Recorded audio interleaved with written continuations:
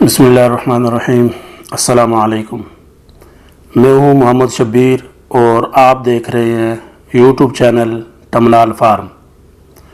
Poultry breed और उनकी खुसूसियात में आज का टॉपिक मलाय नस्ल पर है। इस नस्ल का ताल्लुक इंडिया से है। इस ब्रीड में मेल 5 किलोग्राम और फीमेल 4.1 किलोग्राम वज़नी होती है।